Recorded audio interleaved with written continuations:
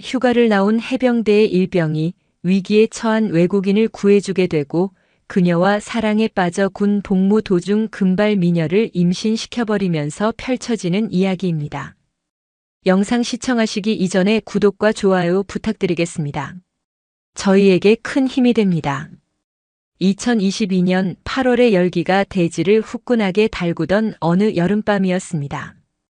대한민국 서부 전선의 심장부 김포와 강화도에 주둔하며 철통 같은 방어 태세를 자랑하는 해병대 제2사단 통칭 청룡부대. 그곳에서 조국 수호의 신성한 의무를 다하고 있는 강인호 일병은 실록꿀과 같이 달콤한 정기 휴가의 마지막 밤을 보내고 있었습니다. 이제 갓 21해를 넘긴 그의 젊음은 혹독한 훈련으로 다져진 단단한 근육과 검게 그을린 피부 그리고 무엇보다도 형형하게 빛나는 눈빛 속에 오롯이 담겨 있었습니다. 군복을 벗고 평범한 젊은이의 옷차림을 하고 있었지만 반듯하게 편 어깨와 절도 있는 걸음걸이에서는 귀신 잡는 해병의 기백이 저도 모르게 배어나왔습니다. 입대 전 미국에서 2년간 머물며 익힌 서구의 자유로운 사고방식과 유창한 언어 실력을 갖춘 그였지만 그의 뼛속에는 사나이로 태어났으면 한 번은 거쳐야 할 곳이라는 해병대에 대한 강한 동경이 자리하고 있었습니다. 남들 다 가는 편한 길이 아닌 스스로 고난의 길을 택한 그의 선택에 후회는 없었습니다. 매일 아침 구보를 하며 외치는 누구나 해병이 될 수 있다면 나는 결코 해병대를 선택하지 않았을 것이다라는 구호는 그의 젊은 심장을 뜨겁게 만드는 자부심의 원천이었습니다. 가슴에 달린 붉은 명찰 위 강인호라는 석자는 그에게 무엇과도 바꿀 수 없는 명예였습니다. 휴가 내내 그는 오랜만에 만난 벗들과 어울려 세상 시름을 잊었습니다. 동네 PC방에서는 밤을 새워 게임에 열중하며 목청껏 소리를 질렀고 뿌연 연기가 자욱한 고깃집에서는 삼겹살 한 점에 소주잔을 기울이며 그간 밀린 이야기꽃을 피웠습니다. 친구들은 강인호 사람이 아주 달라졌구나. 눈빛에서 살기가 느껴진다라며 장난 섞인 놀림을 건넸고 그는 그저 사회 공기가 역시 몸에 맞는다며 호탕하게 웃어넘겼습니다. 그러나 흥겨운 분위기 속에서도 마음 한편에는 곧 돌아가야 할 부대의 삭막한 풍경과 엄격한 선임들의 얼굴이 그림자처럼 어른거리는 것을 떨칠 수는 없었습니다. 시계가 자정을 넘어서고 있었습니다. 친구들과의 아쉬운 작별을 뒤로하고 경기도 일산에 있는 집으로 돌아가기 위해 홍대 입구역으로 발걸음을 옮기던 때였습니다. 현란한 네온 사인과 심장을 울리는 음악, 젊은이들의 취기 어린 웃음소리로 가득한 큰 길을 벗어나 한적한 골목으로 접어들었습니다. 조금이라도 빨리 역에 도착하고 싶은 마음에 택한 지름길이었습니다. 바로 그 순간 인호의 귓가에 날카로운 비명소리가 날아와 박혔습니다.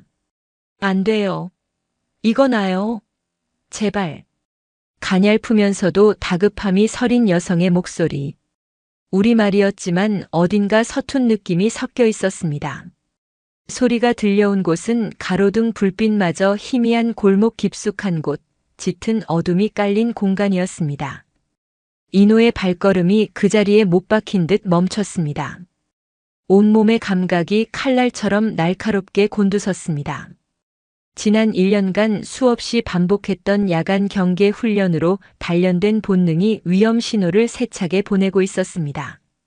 모르는 일이다. 괜히 얽혔다가 좋을 것 없다는 이성의 목소리와 어려움에 처한 이를 외면하는 것은 사내 대장부가 할 일이 아니다라는 양심의 목소리가 그의 머릿속에서 격렬하게 충돌했습니다. 찰나의 망설임. 하지만 해병대 훈련소에서 뼛속 깊이 새긴 첫 번째 가르침은 도망치지 않는 용기였습니다. 그는 더 이상 주저하지 않았습니다. 숨을 깊게 들이마신 그의 몸이 소리가 나는 어둠을 향해 용수철처럼 튀어나갔습니다. 쿵, 쿵, 쿵. 심장이 격렬하게 요동쳤습니다. 이것은 정해진 각본에 따라 움직이는 훈련이 아니었습니다. 예측할 수 없는 위험이 도사리고 있는 실전이었습니다. 골목의 가장 후미진 구석, 예상했던 대로 끔찍한 상황이 벌어지고 있었습니다. 술 냄새를 풍기는 한 사내가 금발의 외국인으로 보이는 여성을 벽으로 거칠게 밀어붙이고 있었습니다. 사내의 우악스러운 손은 여성의 어깨를 짓눌러 꼼짝 못하게 만들었고, 다른 한 손은 그녀의 옷 속을 파고들며 추악한 욕망을 드러내고 있었습니다. 여성은 필사적으로 몸부림치며 저항했지만 압도적인 힘의 차이 앞에 그녀의 저항은 그저 가냘픈 날갯짓에 불과했습니다. 공포와 절망으로 파랗게 질린 그녀의 눈동자가 어둠 속에서 위태롭게 빛나고 있었습니다. 멈추시오. 이노의 목소리는 낮았지만 골목의 탁한 공기를 가를 만큼 단단하고 서늘한 힘을 담고 있었습니다. 수십 명의 훈련병을 단숨에 압도하던 군기로 벼려진 목소리였습니다. 사내가 기분 나쁜 욕설을 내뱉으며 천천히 고개를 돌렸습니다. 술에 취해 초점이 풀린 눈, 역겨운 미소가 그의 얼굴에 걸려 있었습니다. 어떤 놈이야? 남의 좋은 시간 망치지 말고 썩 꺼져라. 좋은 말로 할 때 그 더러운 손 치우는 게 좋을 거다. 싫다고 하면 내 놈이 뭘 어쩔 건데. 비리비리한 땅개놈이. 사내가 이노를 비웃으며 여성을 더욱 세게 옥죄는 바로 그 순간 이노는 이미 대지를 박차고 있었습니다. 그의 군화가 아스팔트 바닥을 긁는 날카로운 소리와 함께 그의 몸은 한 마리의 흑표범처럼 사내를 향해 쇄도했습니다. 그 어떤 군더더기도 없는 간결하고 효율적인 움직임. 해병대 각계 전투 교범에 나오는 수백 수천 번을 반복하며 몸에 아로새긴 대인 제압술이었습니다. 상대의 공격을 예측하고 무게 중심을 무너뜨린 후 급소를 가격하여 무력화시킨다. 사내가 당황하여 주먹을 휘두르기도 전에 이노의 손이 번개처럼 날아와 그의 손목을 낚아채 비틀었습니다. 하는 비명과 함께 사내의 상체가 앞으로 고꾸라졌습니다. 이노는 그 찰나의 빈틈을 놓치지 않고 유수처럼 그의 등 뒤로 파고들어 강철 같은 팔뚝으로 목을 감아 단단히 졸랐습니다. 완벽한 제압이었습니다. 사내는 고래고기처럼 버둥거렸지만 지옥 훈련으로 단련된 해병의 팔뚝에서 벗어나는 것은 불가능한 일이었습니다. 괜찮으십니까? 이노는 숨을 헐떡이는 사내를 제압한 자세를 유지한 채 충격으로 벽에 기대 주저앉아 있는 여성을 향해 물었습니다. 그녀는 믿을 수 없다는 표정으로 공포와 경이로움이 뒤섞인 눈으로 이노를 바라보고 있었습니다. 헝클어진 금발과 가쁜 숨, 그리고 그를 바라보는 파란 눈동자. 네네, 괜찮아요. 정말 감사합니다. 당신이 절 구해주셨어요. 그녀는 가늘게 떨리는 목소리로 겨우 대답을 이어갔습니다. 얼마 지나지 않아 골목의 소란을 듣고 달려온 행인들과 누군가의 신고를 받고 출동한 경찰들이 도착했습니다. 이노는 꼼짝없이 제압당한 괴한을 경찰에게 침착하게 인계하고 목격자로서 간단한 상황 설명을 마쳤습니다. 이 모든 것이 불과 몇 분 사이에 벌어진 폭풍 같은 일이었습니다. 경찰 조사가 마무리될 무렵 에밀리라고 자신을 소개한 여성이 조심스러운 걸음으로 이노에게 다가왔습니다. 그녀의 이름은 에밀리 밀러, 연세대학교 부설 어학당에서 한국어를 배우고 있는 미국인 유학생이었습니다. 친구들과의 조촐한 파티를 마치고 기숙사로 돌아가던 중에 끔찍한 봉변을 당할 뻔했던 것입니다. 저는 에밀리라고 해요. 정말 어떻게 감사를 드려야 할지 모르겠어요. 당신은 제 생명의 은인이에요. 그녀의 눈에는 진심에서 우러나온 깊은 감사의 빛이 가득했습니다. 어둠 속에서 겪었던 공포가 채 가시지 않은 듯 그녀의 목소리는 여전히 미세하게 떨리고 있었습니다. 강인호라고 합니다. 괜찮으시다면 기숙사까지 바래다 드리겠습니다. 밤이 깊어 혼자 가시기에는 위험합니다. 이노는 조금의 동요도 없이 덤덤하게 대답했습니다. 그의 자연스러운 태도와 배려 깊은 말에 에밀리는 다시 한번 놀라는 눈치였습니다. 그녀는 자신의 상처받은 마음을 그가 섬세하게 어루만져주고 있다고 느꼈습니다. 네, 그래 주시면 정말 감사하죠. 그런데 혹시 외국에서 살다 오셨나요? 아, 네. 입대 전에 미국에서 잠시 공부한 적이 있습니다. 짧은 대화가 오가는 동안 어색했던 공기는 조금씩 부드러워졌습니다. 인호는 약속대로 그녀를 연세대학교 국제기숙사 정문 앞까지 바래다 주었습니다. 안전한 기숙사 불빛 아래에 이르자 에밀리는 비로소 안도의 한숨을 내쉬었습니다. 당신은 제 목숨을 구해주셨어요. 이 은혜를 어떻게든 갚고 싶어요. 혹시 괜찮으시다면 연락처를 알려주실 수 있을까요? 꼭 제대로 된 식사를 대접하고 싶어서 그래요. 에밀리는 자신의 휴대폰을 내밀며 간절한 눈빛으로 물었습니다. 인호는 순간 망설였습니다. 내일 아침이면 다시 강철 같은 규율이 지배하는 부대로 돌아가야 하는 군인의 신분. 하지만 공포에 질려있던 그녀를 외면할 수 없었듯 진심이 담긴 그녀의 청을 거절할 수도 없었습니다. 그는 잠시 고민하다 이내 고개를 끄덕이며 그녀의 휴대폰에 자신의 번호를 입력했습니다. 몸 조심하십시오, 에밀리 씨. 인호 씨도요. 다시 한번 정말 고맙습니다. 그렇게 21살 해병과 22살 미국인 유학생의 첫 만남은 서울의 가장 화려한 거리 뒤편 가장 어둡고 위험한 골목에서 한 편의 영화처럼 시작되고 끝이 났습니다. 일산행 마지막 버스에 몸을 실은 인호는 차창에 비친 자신의 얼굴을 물끄러미 바라보았습니다. 오늘 밤에 이 기묘하고 강렬했던 사건이 자신의 남은 군 생활, 그리고 어쩌면 자신의 인생 전체를 전혀 다른 방향으로 이끌지도 모른다는 강한 예감에 사로잡혔습니다. 다음 날 아침 인호의 부대 복귀는 예상치 못한 파장으로 시작되었습니다.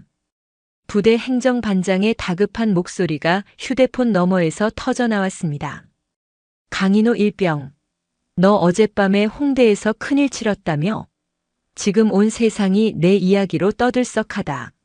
어서 뉴스부터 확인해봐. 영문도 모른 채 텔레비전을 켠 인호는 자신의 눈을 의심했습니다.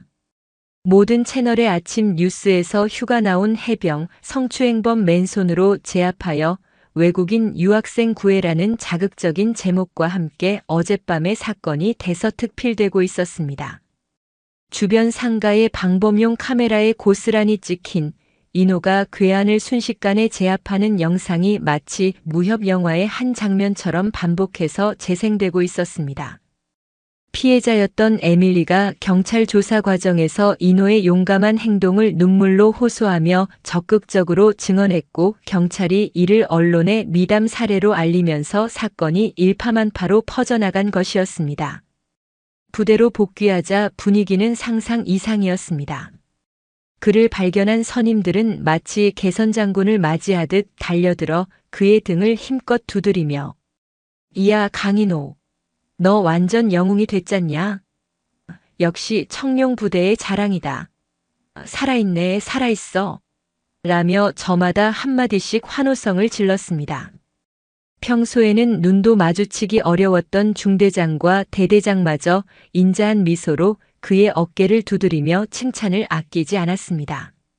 어색하고 쑥스러워 얼굴이 화끈거렸지만 가슴속 깊은 곳에서부터 뜨거운 무언가가 뭉클하게 차오르는 것을 느꼈습니다.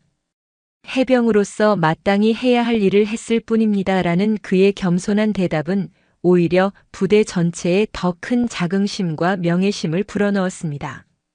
며칠 지나지 않아 청룡부대 사단장 주관으로 전 장병이 지켜보는 가운데 성대한 표창 수여식이 거행되었습니다. 수천 명의 해병들이 오와 열을 맞춰 도열한 드넓은 연병장, 그 한가운데에 선 인호의 가슴에 사단장이 직접 반짝이는 표창을 달아주었습니다. 강인호 일병의 용기 있는 행동은 위험에 처한 국민의 생명과 재산을 보호하는 군인의 본분을 완벽하게 수행한 모범적인 사례일 뿐만 아니라 전 해병의 귀감이 되기에 충분하다. 이에 강 일병의 명예를 높이 기리고자 사단장 표창과 함께 10일간의 포상휴가를 명한다. 사단장의 힘찬 목소리가 끝나자 연병장은 마치 천둥이 치는 듯한 우레와 같은 박수 소리로 가득 찼습니다. 가슴에 달린 빨간 명찰 위에 영롱하게 빛나는 표창은 그 어떤 값비싼 보석보다도 찬란하고 명예롭게 느껴졌습니다. 막연하게만 느껴졌던 국민을 위한 군대라는 말이 비로소 살아있는 실체로 그의 가슴에 와 닿는 순간이었습니다. 그날 밤 모든 일과가 끝나고 고요해진 생활관. 인호는 관물대 구석에서 몰래 휴대폰을 확인했습니다. 액정 화면에 떠있는 이름 에밀리 밀러. 그녀에게서 온 짧은 메시지가 있었습니다. 인호 씨, 뉴스 봤어요. 당신 정말 영웅이에요. 부대에서 괜찮아요? 다들 너무 힘들게 하는 건 아니죠? 그녀의 메시지에는 그에 대한 걱정과 숨길 수 없는 자랑스러움이 함께 묻어났습니다. 인호는 저도 모르게 입가에 번지는 미소를 느끼며 답장을 보냈습니다. 저는 괜찮습니다. 당연히 해야 할 일을 한 것뿐인데요. 오히려 덕분에 포상 휴가를 받았습니다. 열흘이나요. 정말요? 와, 그거 정말 굉장하네요. 당연히 받을 만한 상이에요. 그렇다면 혹시 제가 약속했던 식사 휴가 때 시간을 내어줄 수 있을까요? 에밀리의 조심스러운 제안에 인호의 심장이 다시 한번 세차게 고동쳤습니다. 어두운 골목에서 공포에 질려있던 가녀린 모습과 감사함으로 별처럼 빛나던 그녀의 파란 눈동자가 눈앞에 선명하게 겹쳐졌습니다. 물론입니다. 저야말로 영광입니다. 그렇게 그들의 두 번째 만남이 서울의 심장, 남산에서 이루어졌습니다. 포상 휴가의 첫날, 인호는 군복이 아닌 가장 아끼는 단정한 셔츠와 면바지 차림으로 약속 장소에 나섰습니다. 함께 케이블카에 오르자 발 아래로 서울의 전경이 그림처럼 펼쳐졌습니다. 빌딩 숲과 그 사이를 흐르는 한강의 모습은 장관이었습니다. 와, 정말 아름다워요. 에밀리는 전망대 난간에 기댄 채 어린아이처럼 순수한 감탄사를 연발했습니다. 따사로운 햇살을 받아 황금빛으로 흩날리는 그녀의 머리카락과 하늘하늘한 하얀 원피스는 마치 그리스 신화 속에 등장하는 여신처럼 그녀를 신비롭게 보이게 했습니다. 인호는 자신도 모르게 그녀의 눈부신 옆모습에서 한동안 시선을 떼지 못했습니다. 그들은 서울의 풍경이 한눈에 들어오는 전망 좋은 레스토랑에서 마주 앉아 식사를 시작했습니다. 처음의 어색함도 잠시, 인호의 유학 시절 이야기와 에밀리가 한국에 오게 된 사연, 각자가 꿈꾸는 미래에 대한 이야기들이 자연스럽게 오가며 대화는 끊임없이 이어졌습니다. 인호는 그녀의 꾸밈 없고 밝은 모습에, 에밀리는 그의 과묵하지만 진중하고 속 깊은 모습에 점점 더 강하게 끌리는 것을 느꼈습니다. 있잖아요, 인호 씨. 에밀리가 와인잔을 조심스럽게 내려놓으며 입을 열었습니다. 그날 밤 저는 정말 너무 무서웠어요. 세상이 끝나는 줄 알았죠. 그런데 당신이 어둠 속에서 나타났을 때 정말 거짓말처럼 영화 속 한 장면 같았어요. 어둠 속에서 나타난 한 줄기 빛처럼요. 과찬이십니다. 저는 그저 운이 좋았을 뿐입니다. 아니요, 그건 운이 아니에요. 그건 용기였어요. 다시 한번 감사해요, 인호 씨. 제 모든 것을 구해주셔서요. 식사를 마친 두 사람은 수많은 연인들이 사랑의 약속을 증표로 매달아 놓은 사랑의 자물쇠 광장으로 향했습니다. 형형색색의 자물쇠들이 서로의 무게를 의지하며 빽빽하게 매달려 있는 모습은 그 자체로 하나의 거대한 예술 작품 같았습니다. 우리도 한번 해볼까요? 에밀리가 맑게 웃으며 장난스럽게 물었습니다. 인호는 순간 얼굴이 붉어졌지만 말없이 고개를 끄덕였습니다. 그들은 함께 신중하게 자물쇠 하나를 골랐습니다. 그리고 떨리는 손으로 각자의 이름 첫 글자인 인호와 에밀리, 그리고 새로운 시작이라는 짧은 문구를 새겨 넣었습니다. 굳건한 철망에 자물쇠를 단단히 채우고 잠그는 순간 철컥하는 소리가 경쾌하게 울렸습니다. 두 사람은 약속이라도 한 듯 그 열쇠를 저 멀리 서울의 풍경 속으로 던져버렸습니다. 그들의 비밀을 간직한 열쇠는 작은 포물선을 그리며 시야에서 사라졌습니다. 어느덧 해가 저물고 서울의 거리에 하나둘씩 불이 켜지며 화려한 야경이 그들 앞에 펼쳐지고 있었습니다. 수천 수만 개의 불빛이 마치 밤하늘의 별처럼 반짝였습니다. 이노 씨. 에밀리가 나지막이 그의 이름을 불렀습니다. 이노가 그녀를 향해 고개를 돌리는 바로 그 순간 에밀리는 살며시 발꿈치를 들어 그의 입술에 부드럽게 자신의 입술을 포겠습니다. 놀라움과 떨림 그리고 벅차오르는 감정이 이노의 온몸을 휘감았습니다. 짧았지만 세상 그 무엇보다 강렬했던 입맞춤이 끝나고 두 사람은 한동안 아무 말 없이 서로의 눈을 깊이 바라보았습니다. 서울의 눈부신 야경을 배경으로 가장 어두운 곳에서 시작되었던 그들의 인연이 세상 가장 밝은 빛 속에서 마침내 사랑으로 피어나는 순간이었습니다. 남은 90회의 휴가 동안 그들은 마치 오래된 연인처럼 매일같이 만났습니다. 한강변을 따라 자전거를 타고 고즈넉한 고궁의 돌담길을 함께 거닐었으며 세상의 모든 맛있는 음식을 찾아다니며 소박하지만 소중한 추억들을 차곡차곡 쌓아나갔습니다. 부대라는 엄격하고 폐쇄된 공간과 사회라는 자유롭고 무한한 공간, 군인이라는 특수한 신분과 학생이라는 평범한 신분. 그들 사이에는 너무나 많은 다름이 존재했지만 서로를 향해 뜨거워지는 마음만큼은 그 어떤 다름도 뛰어넘을 수 있을 만큼 같았습니다. 부대 복귀를 하루 앞둔 날 밤 이노는 에밀리에게 자신의 부대 주소가 적힌 작은 쪽지를 건넸습니다. 기다릴게요. 편지할게요. 에밀리는 그의 손을 따뜻하게 감싸 쥐며 약속했습니다. 열흘간의 꿈 같은 만남, 그리고 기약 없는 긴 이별. 하지만 그들의 마음은 이미 남산의 철망에 걸린 자물쇠처럼 단단하게 연결되어 있었습니다. 시간은 덧없이 흘러 혹독했던 겨울이 지나고 만물이 소생하는 봄이 찾아왔습니다. 강인호 일병은 어느덧 부대 생활에 완벽히 적응한 강인호 상병이 되어 있었습니다.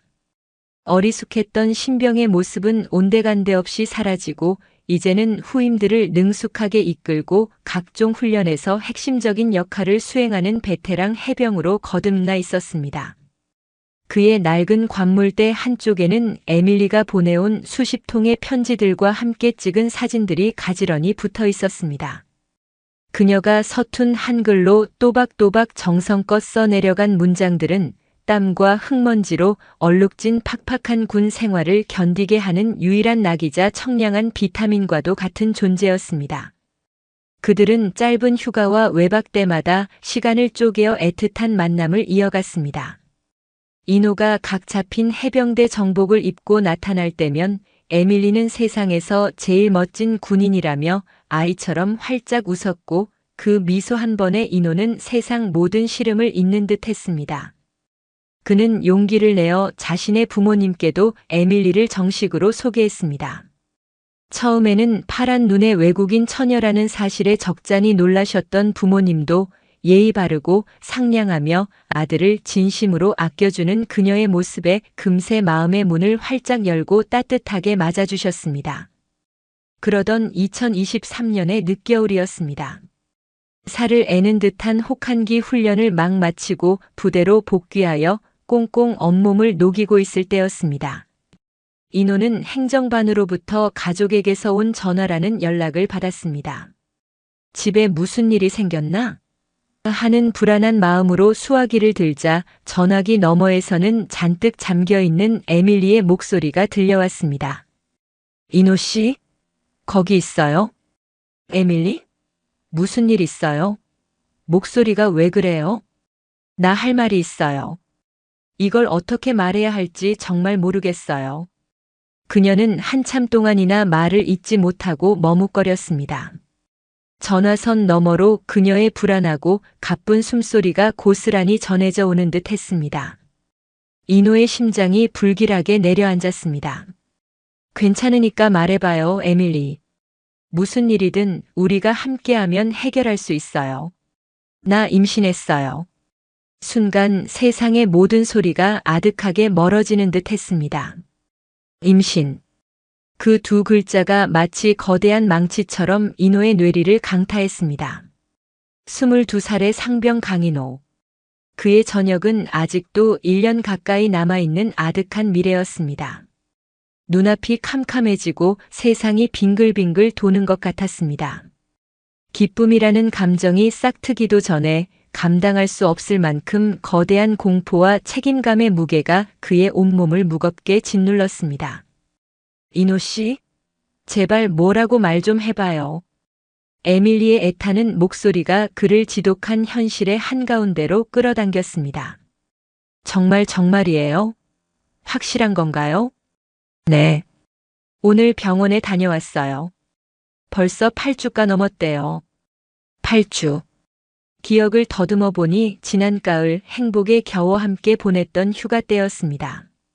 그저 영원할 것만 같았던 꿈 같은 시간의 결과가 이렇게 감당하기 힘든 현실이 되어 돌아올 줄은 상상조차 하지 못했습니다. 나 너무 무서워요, 이노 씨. 정말 너무 무서워요.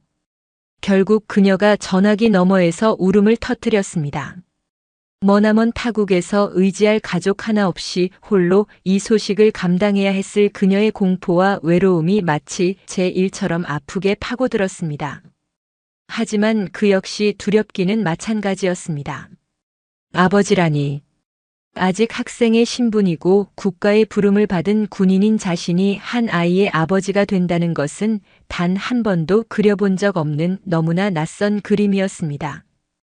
그날의 통화를 기점으로 두 사람 사이에는 이전에는 없던 차갑고 서먹한 기류가 흐르기 시작했습니다. 전화 통화는 오히려 더 잦아졌지만 대화는 서로의 마음을 비껴가며 계속 겉돌기만 했습니다. 이노의 머릿속에서는 이제 어떻게 해야 하는가라는 무겁고 답 없는 질문만이 메아리처럼 되풀이되었습니다.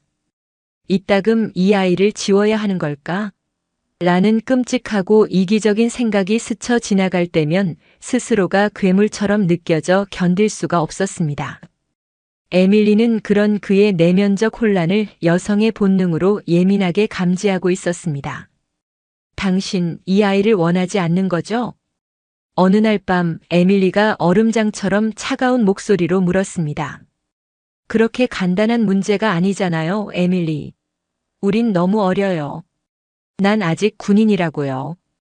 우리가 어떻게 아이를 키울 수 있겠어요? 그래서 나보고 아이를 없애라는 말이에요? 지금 그 말을 하고 싶은 거예요? 나도 모르겠어요. 정말 아무것도 모르겠다고요. 이노는 저도 모르게 버럭 소리를 질렀습니다. 그의 마음속에서는 에밀리를 향한 사랑과 다가올 아이에 대한 책임감, 그리고 냉혹한 현실에 대한 두려움이 한데 뒤엉켜 거대한 폭풍우를 일으키고 있었습니다. 에밀리는 그의 그 한마디에 심장이 베이는 듯한 깊은 상처를 받았습니다. 자신을 어둠 속에서 구해주었던 그 용감하고 듬직했던 기사는 온데간 없고 눈앞의 책임 앞에서 갈팡질팡하며 흔들리는 미숙한 남자만 남아있는 것 같았습니다. 전화는 매정하게 끊겼고 그 후로 며칠간 두 사람의 연락은 완전히 두절되었습니다. 이노에게는 살아있는 지옥과도 같은 시간이었습니다. 훈련에 집중할 수도 밤에 잠을 편히 이룰 수도 없었습니다. 매일 밤 소등된 생활관의 차가운 침상에 누우면 머나먼 서울 하늘 아래에서 홀로 눈물 흘리고 있을 에밀리의 모습과 세상의 빛조차 보지 못하고 사라질지도 모를 자신의 아이가 떠올라 미칠 것만 같았습니다. 그는 생전 처음으로 신에게 기도했습니다. 제발 이 시련을 이겨낼 지혜와 용기를 달라고. 시련은 혼자 오지 않았습니다. 이노와 에밀리를 흔드는 것은 단지 그들 내면의 갈등뿐만이 아니었습니다. 외부로부터의 압박이 보이지 않는 그림자처럼 그들의 삶을 옥죄어 오기 시작했습니다. 첫 번째 위기는 전혀 예상치 못한 곳에서 터져나왔습니다. 홍대 골목에서 이노에게 제압당했던 그 성추행범 최철민이라는 자의 가족이 문제를 일으키고 나선 것입니다. 그는 작은 건설 회사를 운영하는 졸부의 외아들이었습니다. 사건 초기에는 여론에 밀려 잠잠하던 그의 아버지가 시간이 지나자 돈으로 고용한 변호사를 앞세워 교묘하게 사건을 뒤집으려 시도했습니다. 그들은 인호가 과잉 방어를 했으며 먼저 시비를 걸었다고 주장했습니다. 심지어 에밀리를 행실이 가볍고 돈을 노리고 접근한 외국인 여자로 몰아가며 인격적인 모독도 서슴지 않았습니다. 어느 주말 값비싼 양복을 차려입은 최철민의 아버지가 예고도 없이 일산에 있는 인호의 집을 찾아왔습니다. 그는 인호의 부모님 앞에서 고개를 숙이는 척했지만 그의 말 속에는 교묘한 협박이 담겨 있었습니다. 아드님이 아직 젊고 장래가 창창한 군인인데 이런 불미스러운 일로 전과 기록이라도 남으면 앞길이 막막해지지 않겠습니까? 우리 아들도 깊이 반성하고 있으니 서로 좋게 합의하고 끝내는 것이 어떻겠습니까? 저희가 보상금은 두둑이 챙겨드리겠습니다. 그의 오만하고 위선적인 태도에 인호의 아버지는 경노했습니다. 내 아들은 사람을 구한 영웅이요. 어디 와서 돈으로 사람을 모욕하는 거요. 당장 돌아가시오. 아버지의 불호령에 그는 낯빛 하나 변하지 않고 비릿한 미소를 남긴 채 돌아갔습니다. 그날 이후 그들은 집요하게 인호의 부모님에게 전화를 걸어 합의를 종용하며 정신적인 압박을 가해왔습니다. 두 번째 위기는 인호가 몸담고 있는 부대 안에서 모습을 드러냈습니다.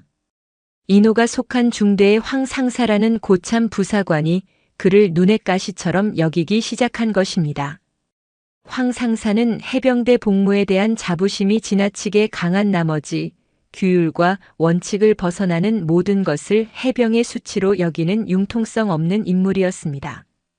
그는 인호가 영웅으로 칭송받는 것도 외국인 여자친구와 연애하는 것도 탐탁지 않게 생각했습니다. 인호와 에밀리 사이에 아이가 생겼다는 소문이 부대 안에 퍼지자 황 상사의 괴롭힘은 노골적으로 변했습니다. 아침 점호 시간 모든 중대원이 보는 앞에서 일부러 인호의 전투복 매무새를 트집 잡아 얼차려를 주거나 훈련 중에 사소한 실수를 빌미로 정신이 온통 바깥 세상에 팔려 있으니 몸이 따라주질 않는 거다. 해병의 명예에 똥칠을 해도 유분수지. 라며 모욕적인 언사를 퍼부었습니다. 다른 동료들이 보기에도 명백히 부당한 처사였지만 부대 내의 엄격한 상하 관계 속에서 누구 하나 선뜻 나서서 그를 변호해주지 못했습니다. 인호는 묵묵히 모든 것을 감내해야 했습니다. 몸이 힘든 것보다 자신의 사랑과 곧 태어날 아이까지 모욕당하는 것 같아 마음속으로 피눈물을 삼켜야 했습니다. 절망의 그림자가 짙게 드리워질 때 한 줄기 빛처럼 희망이 찾아오기도 하는 법입니다. 인호와 에밀리가 감당하기 힘든 시련 속에서 허덕이고 있을 때 그들의 곁을 지켜주는 든든한 조력자들이 하나둘씩 나타나기 시작했습니다. 가장 큰 버팀목이 되어준 사람은 인호가 속한 중대의 중대장 김정수 대위였습니다. 해병대 장교로서 강한 책임감과 따뜻한 인간미를 동시에 갖춘 그는 인호의 내면적 갈등을 처음부터 눈치채고 아버지처럼 혹은 친형처럼 그를 격려해 주었던 인물이었습니다. 그는 황 상사의 부당한 괴롭힘을 알게 되자 주저없이 그를 자신의 사무실로 불러 단호하게 경고했습니다. 황 상사 강인호 상병에 대한 부당한 언행을 당장 멈추시오. 그는 우리 부대의 자랑스러운 해병일 뿐만 아니라 곧 한 아이의 아버지가 될 책임감 있는 청년이요. 그의 인격과 사생활을 존중해주는 것이 선임으로서의 도리 아니겠소? 김정수 대위는 그저 말로만 인호를 보호한 것이 아니었습니다.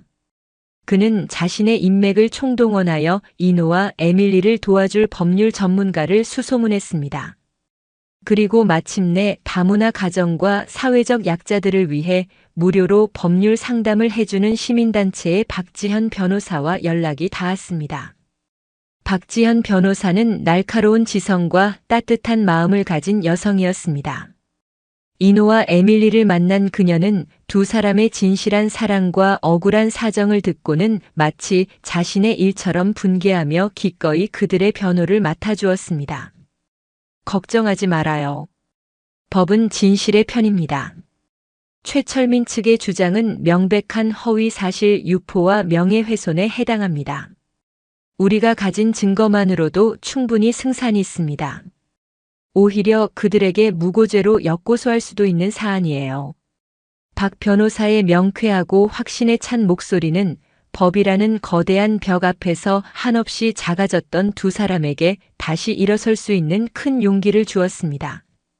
그녀는 최철민 측 변호사에게 내용 증명을 보내 법적 대응을 공식화했고 그들의 집요했던 협박 전화는 그날 이후로 거짓말처럼 멎었습니다.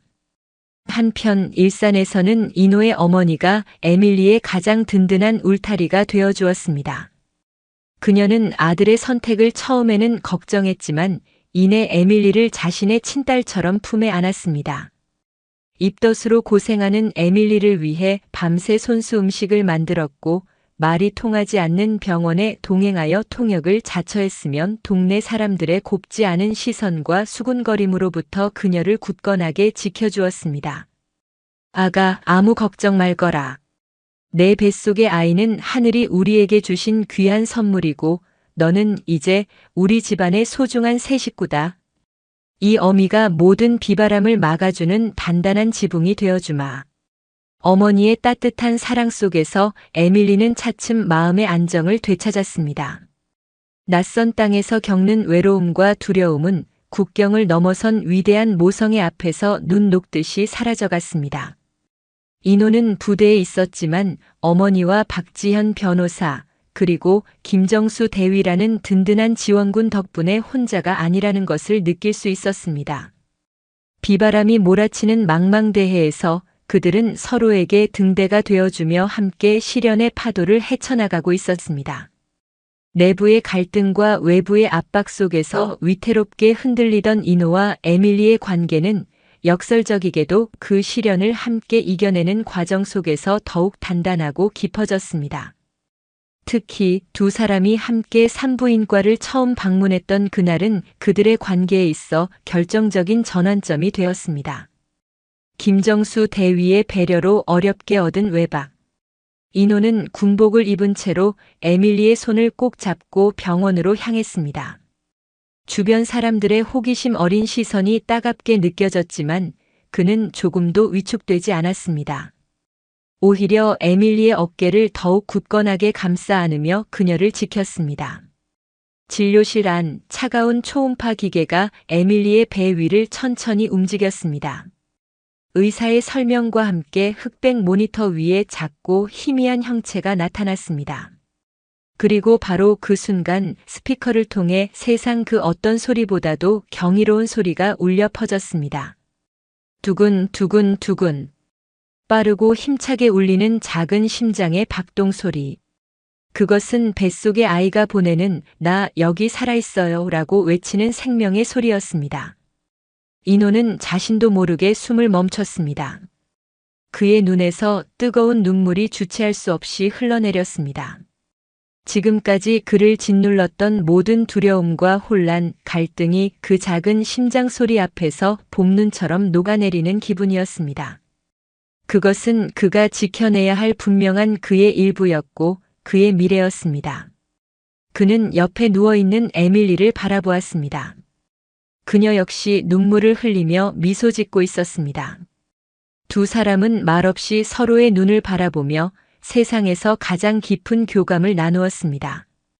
그 순간 그들은 비로소 두 사람이 아닌 세 사람의 운명 공동체가 되었음을 온몸으로 깨달았습니다. 진료실을 나오며 이노는 에밀리 앞에 한쪽 무릎을 꿇었습니다.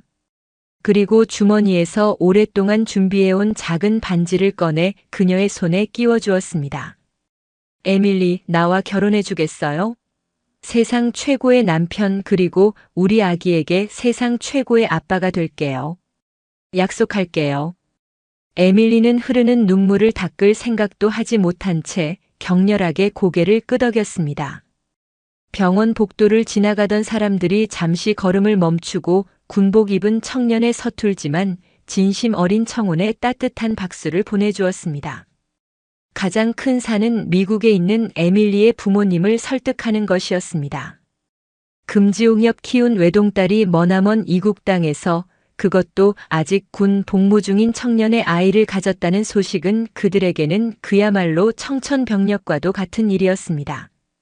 처음 몇 번의 영상통화는 냉랭하고 어색한 분위기 속에서 진행되었습니다. 딸에 대한 걱정과 미래에 대한 불안감, 그리고 인호에 대한 불신이 그들의 얼굴에 가득했습니다. 인호는 포기하지 않았습니다. 그는 휴가를 나올 때마다 에밀리의 부모님이 계신 시간에 맞춰 영상통화를 걸었습니다. 처음에는 자신을 소개하고 용서를 구했고, 그 다음에는 자신의 성장 과정과 가치관, 그리고 에밀리를 얼마나 사랑하는지에 대해 진솔하게 이야기했습니다. 그리고 에밀리와 함께 아이의 초음파 사진을 보여주며 곧 태어날 손주에 대한 이야기를 나누려 노력했습니다. 결정적인 계기는 인호의 부모님이 나섰을 때였습니다. 영어가 유창하지 않았음에도 불구하고 인호의 어머니는 통역을 통해 에밀리의 어머니에게 진심을 전했습니다. 사부인, 저희가 부족하여 두 아이가 어려운 길을 가게 되었습니다. 하지만 이 또한 하늘이 맺어준 귀한 인연이라 생각합니다. 저희가 에밀리를 친딸처럼 아끼고 보살피겠습니다. 뱃속의 아이 또한 저희 집안의 귀한 보물로 여기고 최선을 다해 키우겠습니다. 부디 저희를 믿고 두 아이의 앞날을 축복해 주십시오. 그 같은 자식을 키우는 부모의 마음은 통하는 법이었습니다. 인호 어머니의 진심 어린 눈물과 간절한 호소에 에밀리 부모님의 단단했던 마음도 서서히 열리기 시작했습니다. 그들은 인호의 꾸준하고 성실한 모습과 그를 굳건히 믿고 지지해주는 그의 가족들을 보며 그가 단순한 실수가 아닌 진심으로 자신의 딸과 미래를 책임지려는 청년임을 인정하게 되었습니다. 마침내 에밀리의 아버지가 무거운 입을 열었습니다. 강서방, 내 딸의 눈에서 눈물이 나게 한다면 지구 끝까지라도 쫓아가 자네를 가만두지 않을 걸세. 하지만 내 딸이 자네 곁에서 행복하다고 하니 아비로서 그 믿음을 지지해주겠네. 우리 딸과 곧 태어날 내 손주를 목숨을 다해 지켜주게. 태평양을 사이에 둔 두 가족은 그렇게 하나의 거대한 울타리가 되었습니다. 국경과 언어, 문화의 장벽은 서로를 향한 진실한 사랑과 이해 앞에서 힘없이 무너져 내렸습니다. 시간은 흘러 2023년 늦가을, 아침 저녁으로 제법 쌀쌀한 바람이 불어오기 시작했습니다. 인호는 어느덧 저녁을 코앞에 둔 병장이 되었고 에밀리의 배는 금방이라도 터질 듯 사랑스럽게 불러왔습니다. 그들은 아이의 이름을 한나라고 지었습니다. 한국에서도 미국에서도 아름답게 불릴 수 있는 이름이었습니다. 운명의 그날은 새벽에 찾아왔습니다. 부대 당직실에 다급한 전화벨이 울린 것은 새벽 4시가 조금 넘은 시간이었습니다. 에밀리의 진통이 시작되었다는 장모님의 다급한 목소리였습니다. 보고를 받은 김정수 대위는 한치의 망설임도 없이 인호에게 비상 출동을 명했습니다. 강 병장, 이것은 실전보다 중요한 작전이다. 지체 없이 출동해서 반드시 임무를 완수하도록. 어서 가봐. 중대장의 특별한 배려로 인호는 군용 지프를 타고 어둠을 뚫고 병원으로 질주했습니다. 차창 밖으로 스쳐 지나가는 새벽 풍경이 눈에 들어오지 않았습니다. 그의 온 신경은 오직 병원에서 고통받고 있을 에밀리에게로 향해 있었습니다. 분만실 앞에서 초조하게 기다리는 시간은 그가 겪었던 그 어떤 극한의 훈련보다도 길고 고통스럽게 느껴졌습니다. 굳게 닫힌 문 안에서 간헐적으로 터져나오는 에밀리의 비명소리가 들릴 때마다 그의 심장은 날카로운 칼에 베이는 듯 아팠습니다. 그가 할 수 있는 것은 오직 두 손을 모아 간절히 기도하는 것뿐이었습니다. 얼마나 시간이 흘렀을까? 마침내 모든 고통을 잠재우는 우렁찬 아기의 울음소리가 분만실 문을 넘어 터져 나왔습니다. 응애, 응애. 세상의 시작을 알리는 경이로운 소리였습니다. 곧이어 문이 열리고 간호사가 하얀 속삭이에 쌓인 작고 소중한 생명체를 안고 나왔습니다. 축하합니다, 아빠. 아주 예쁜 공주님이에요. 인호는 떨리는 손으로 조심스럽게 딸 한나를 받아 안았습니다. 작고 따뜻하고 쭈글쭈글하지만 세상 그 무엇과도 바꿀 수 없는 경이로운 존재. 자신의 피와 살을 나눈 아이. 그의 얼굴 위로 뜨거운 눈물이 쉴 새 없이 폭포수처럼 흘러내렸습니다. 그는 지친 모습으로 침대에 누워있는 에밀리에게 다가가 땀으로 축축한 그녀의 이마에 깊이 입을 맞추었습니다. 정말 고생 많았어, 에밀리. 고마워. 그리고 사랑해. 정말 예쁘죠, 우리 딸? 에밀리는 기진맥진한 와중에도 세상에서 가장 행복한 미소를 지어 보였습니다. 굳게 닫혔던 분만실 창문 너머로 짙은 어둠을 몰아내며 장엄한 새벽 여명이 밝아오고 있었습니다. 딸 한나의 탄생은 기나긴 시련의 밤을 이겨낸 그들 부부에게, 그리고 태평양 건너의 두 가족 모두에게 새로운 희망의 빛을 선사하는 위대한 순간이었습니다. 2024년 이른 봄, 매서운 꽃샘 추위가 마지막 기승을 부리던 날.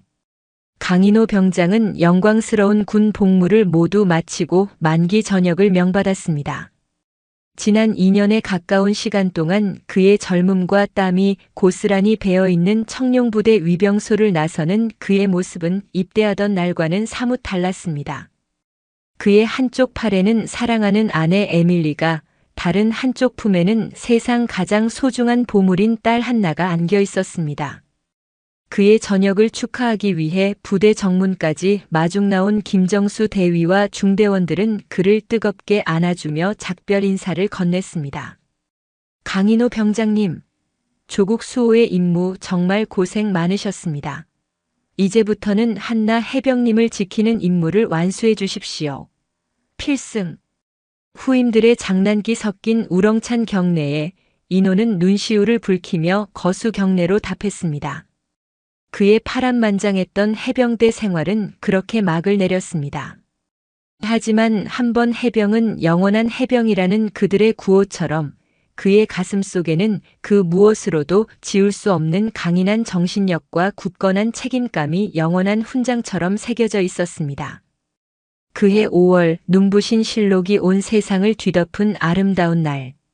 인호와 에밀리는 양가 부모님과 가까운 친지들만 모시고 작은 결혼식을 올렸습니다. 인호의 곁을 든든히 지켜주었던 김정수 대위와 박지현 변호사도 귀한 걸음을 하여 두 사람의 앞날을 축복해 주었습니다. 늠름한 턱시도를 입은 인호와 순백의 웨딩드레스를 입은 에밀리는 세상 그 누구보다도 행복한 신랑 신부였습니다. 주례는 인호의 군 생활 내내 정신적 지주가 되어주었던 김정수 대위가 맡았습니다. 저는 오늘 한 용감한 해병의 전역과 새로운 시작을 함께 축하하는 영광스러운 자리에 섰습니다. 신랑 강인호는 위기 앞에서 도망치지 않는 용기로 신부 에밀리의 생명을 구했고, 예기치 못한 책임 앞에서 도망치지 않는 용기로 한나라는 소중한 생명을 얻었습니다. 그의 용기는 한 사람을 구하는 것을 넘어 국경을 넘는 사랑을 이루고 마침내 하나의 아름다운 가정을 탄생시켰습니다. 저는 이 용감무쌍한 해병이 이제는 한 아내의 남편이자 한 아이의 아버지로서 앞으로 닥쳐올 그 어떤 인생의 파도 앞에서도 이 가정이란 배를 굳건히 지켜낼 것이라 믿어 의심치 않습니다. 두 사람은 서로에게 영원한 사랑을 서약하며 반지를 교환했습니다. 그들의 감격스러운 입맞춤에 하객들은 그들이 겪어온 시련의 시간을 알기에 더욱 뜨거운 박수와 환호를 보냈습니다. 시간은 흘러 2025년의 따스한 봄날이 되었습니다. 인호는 중단했던 학업을 이어가기 위해 다시 대학생이 되었고, 에밀리는 사랑스러운 딸 한나를 키우는 한편 꾸준히 한국어 공부에 매진하여 이제는 웬만한 한국 사람보다도 더 아름다운 우리말을 구사하게 되었습니다. 주말이면 세 식구는 을의 집 근처 한강공원으로 나들이를 나섰습니다. 돗자리를 펴고 앉아 이제 막 아장아장 걸음마를 뗀 한나가 뒤뚱거리며 잔디밭을 뛰어다니는 모습을 바라보는 것이 그들에게는 세상 가장 큰 행복이었습니다. 아빠를 향해 달려오다 넘어져도 울지 않고 다시 씩씩하게 일어서는 한나의 모습은 영락없는 해병의 딸이었습니다. 있잖아요, 이노 씨. 에밀리가 그의 넓은 어깨에 머리를 기댄 채 나지막이 속삭였습니다.